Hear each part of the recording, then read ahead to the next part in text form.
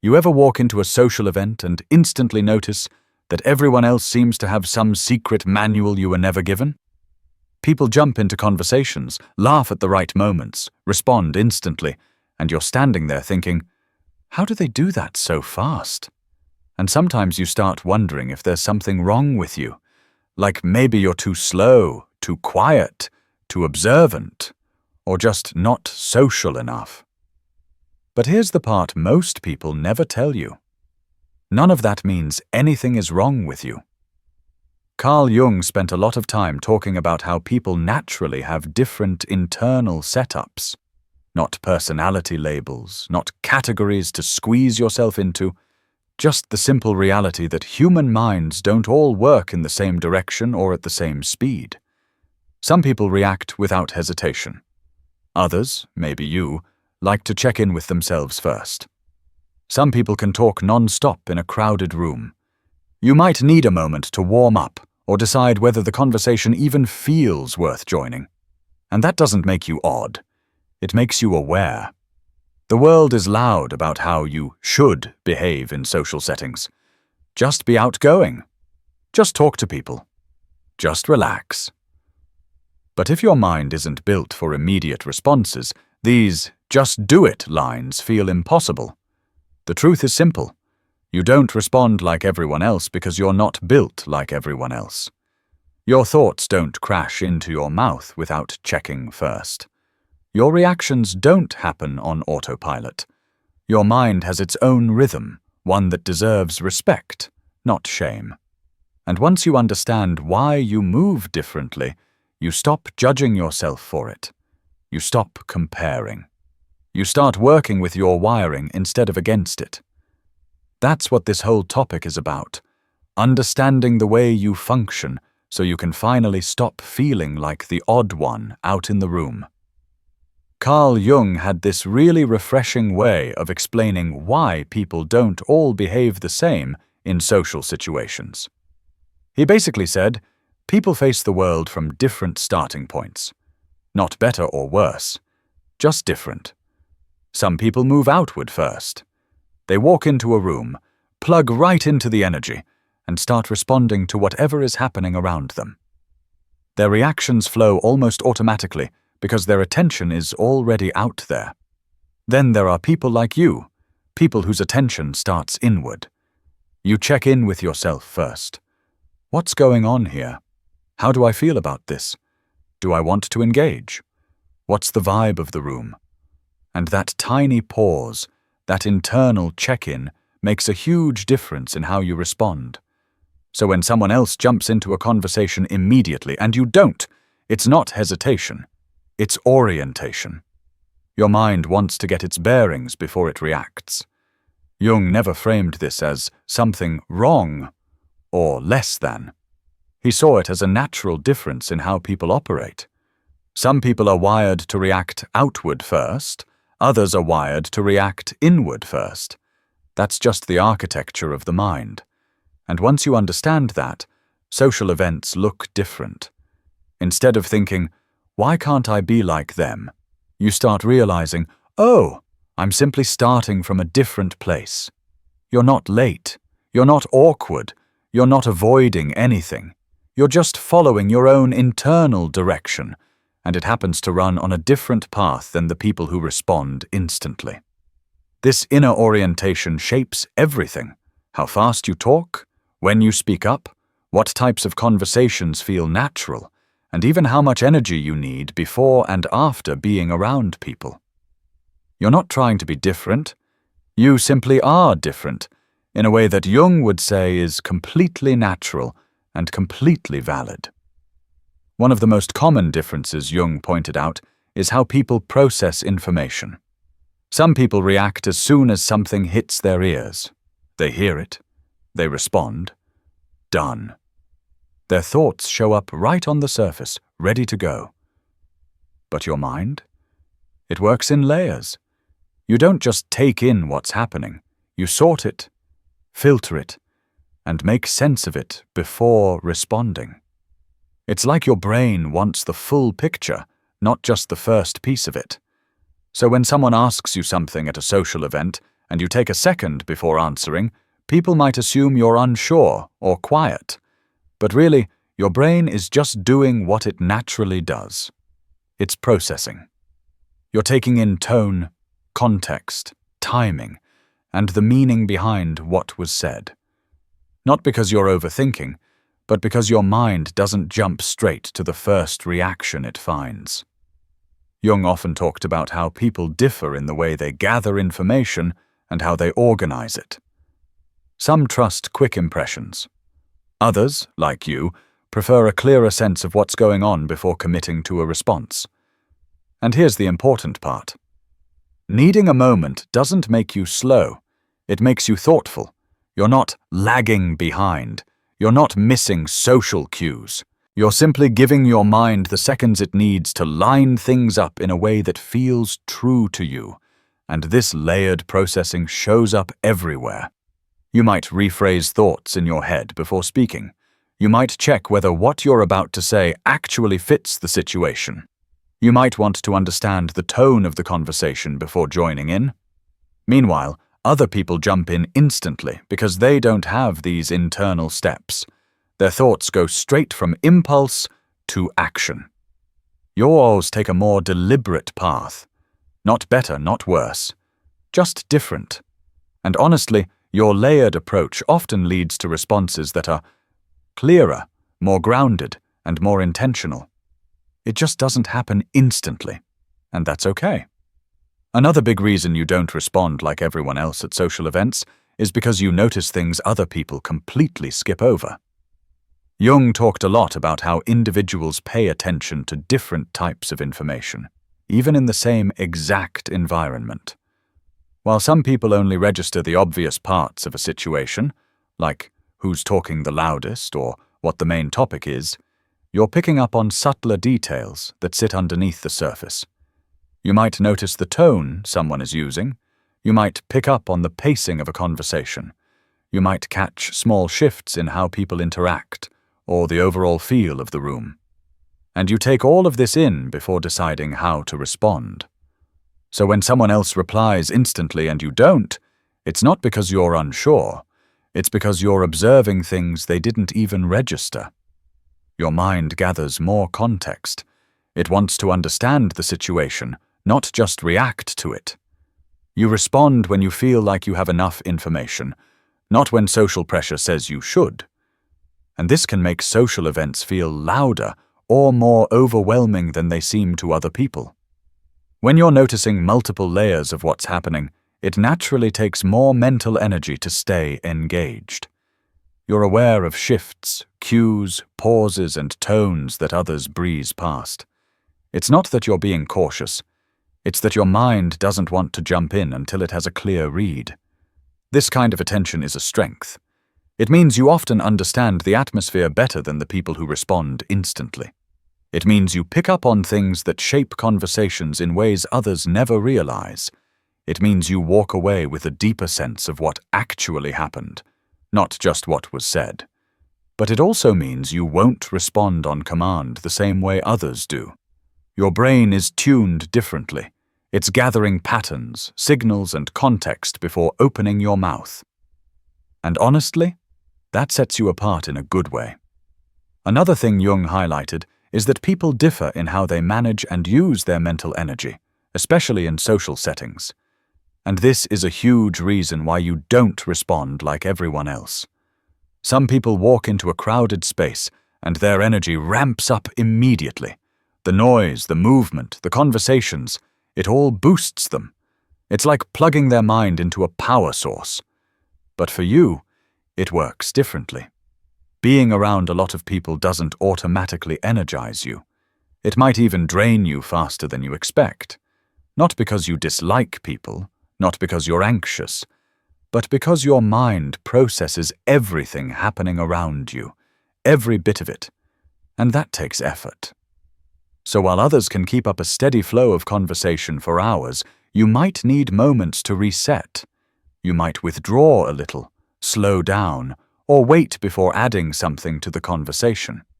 It's not a lack of interest, it's energy management.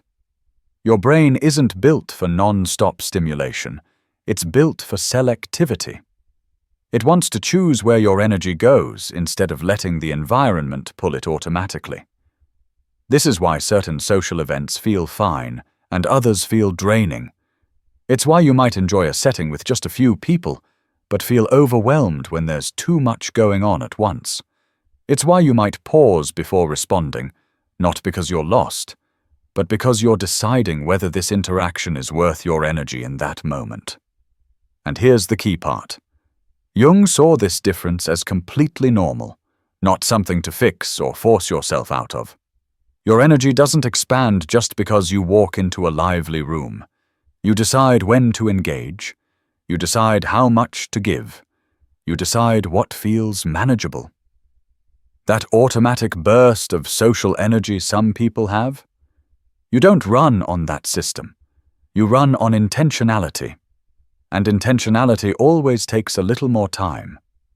So when you don't respond instantly, it's not a flaw in your personality. It's simply your mind protecting your energy instead of spending it all at once. Another reason you don't respond like everyone else at social events is simple. You're not satisfied with shallow interactions. You don't jump into every conversation just because it's happening. You don't talk for the sake of talking. You don't respond just to fill silence. Your mind wants something that feels grounded or at least somewhat meaningful. For a lot of people, social events are about staying in motion, constant chatting, quick responses, fast switches from one topic to another. And for them, that works. It keeps everything light and easy. But you? Your thoughts have more weight. You like to think before you speak. You want to contribute something that actually matches the moment, not something random or rushed. Carl Jung noted that some people naturally reflect before participating. It's not hesitation. It's alignment. You're making sure your words match your inner sense of what feels right. So at a social event, when others jump into conversations without thinking, you're doing the opposite. You're checking whether the conversation even feels worth entering. You're deciding if your energy fits the flow. You're making sure you're not just saying something for the sake of saying it. And that takes time. It creates space between the moment something happens and the moment you respond. To someone who reacts instantly, that space might look like silence or uncertainty. But for you, it's clarity. You're not avoiding people. You're avoiding interactions that feel empty or forced. You want conversations that have some weight, even if they're simple. It's not about intensity. It's about authenticity. You'd rather say one thing that feels right than 20 things that feel off. And because you prefer depth, you naturally respond less like the people who float easily from one topic to the next. You're not built for fast exchanges. You're built for intentional ones. You move slower because you move meaningfully. And honestly, that's something most people could learn from. One of the biggest shifts Jung talked about is what happens when you start understanding yourself better. And this plays a huge role in why you don't respond like everyone else during social events. As you grow, you become more aware of your own patterns, what drains you, what overwhelms you, and what actually feels good. You stop forcing yourself into social habits that don't match who you are. You stop copying how others behave just to fit in, and you start choosing what works for you. This kind of self-awareness makes you naturally more selective. You don't respond just because someone expects you to. You don't jump into every moment of noise. You don't pretend to be ready when you're still processing. Some people react automatically. They barely think about how they feel before responding. But you've reached a point where your inner sense of truth matters to you.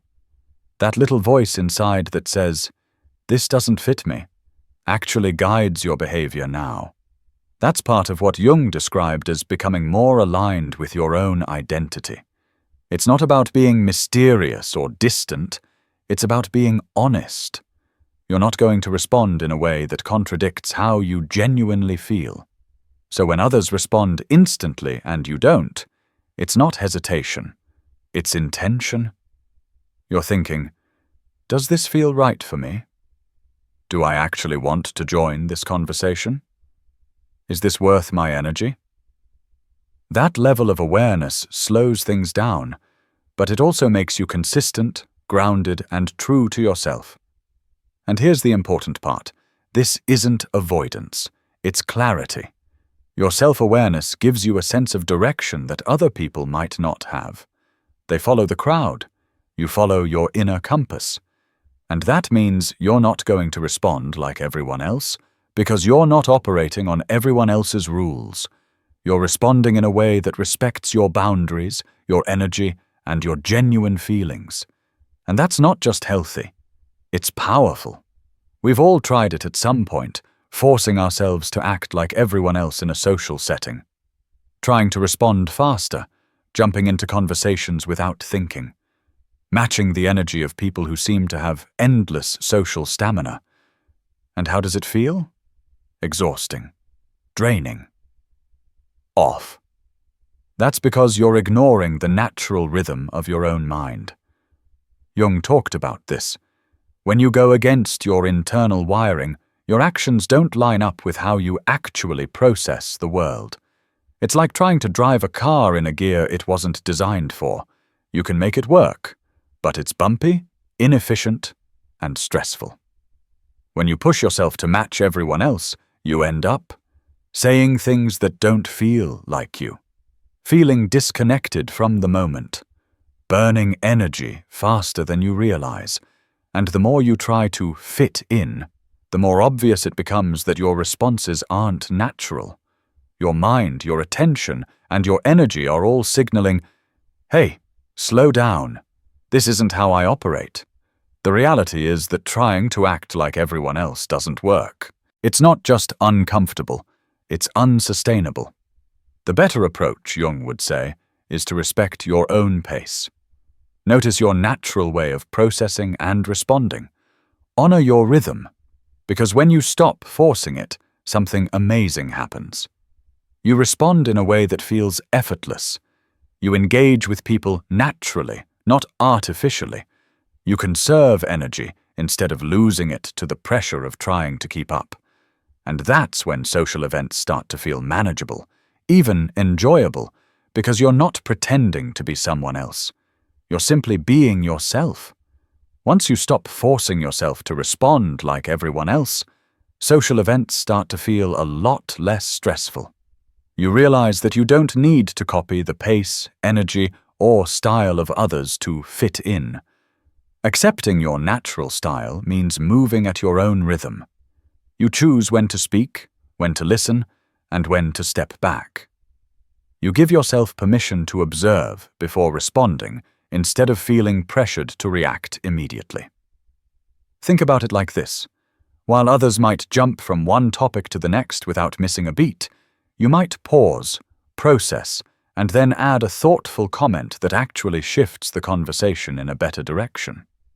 That delay isn't a flaw, it's a moment of clarity. Or imagine a situation where everyone is talking at once, laughing, sharing stories. Most people just dive in and hope for the best. You might take a step back, notice the dynamics, and then choose one spot where your contribution feels meaningful. You're not missing out, you're being strategic with your energy. Or picture a networking scenario. Others might talk to as many people as possible, flitting from one conversation to the next. You might focus on one or two interactions, giving them your full attention and creating a deeper impression. This selective approach isn't slow, it's intentional and effective. Jung believed that understanding and embracing your individuality is key to navigating life with ease. That applies to social events too. Once you honor your style, you conserve your energy instead of spreading it too thin. Your responses become clearer and more impactful. You engage in ways that actually feel authentic instead of forced. Accepting your style also allows you to enjoy social events more. You don't feel like you're constantly on stage or trying to match someone else's energy. You can notice the subtle things, pick moments to contribute when it matters, and step back when you need a breather. Social events no longer feel like a challenge to survive. They become opportunities to navigate at your own pace. And when you show up on your own terms, people notice, not because you're loud or flashy, but because your presence is intentional, calm, and grounded. Ultimately, accepting your style is about trusting yourself, trusting that your timing, focus, and energy are enough. You don't need to compete with anyone. You just need to be yourself, and that's more than enough. Here's the thing. The very way you respond differently in social events isn't a weakness. It can be a hidden advantage. While most people follow the crowd, speak quickly, and react instantly, your slower, more intentional approach makes you memorable. You notice things others miss. You make comments that actually add value. You listen in ways that make people feel heard, even if they don't realize it. For example, in a group discussion, someone might throw out a fast idea that gets lost in the noise. You might take a moment, reflect, and then contribute a point that shifts the whole conversation in a better direction. Suddenly, your words carry weight precisely because you didn't rush. Or think about when someone asks a tricky question in a social setting. Others might respond with the first thing that comes to mind. You take a beat, process it, and answer in a way that's clear and grounded. That difference isn't slow, it's thoughtful, and people often remember it. Even in casual interactions, your presence can feel calmer and steadier. You're not constantly jumping to react. You observe, you listen, you choose your moments. And that creates a sense of reliability and focus that's rare in fast-moving social environments. Jung's insight applies here too. Individuality isn't just about surviving. It's about using your natural tendencies as strengths. Your pace, your energy, and your attention to detail give you a style of engagement that others can't replicate. In short, by embracing your unique approach instead of trying to imitate everyone else, you not only protect your energy, you also stand out in ways that actually matter. So the next time you find yourself pausing while everyone else jumps in, remember, you're not behind. You're not missing out. You're simply moving in a way that fits you. And that's more than enough. Your style, your timing, and your attention to detail are all part of what makes you memorable, effective, and authentically you.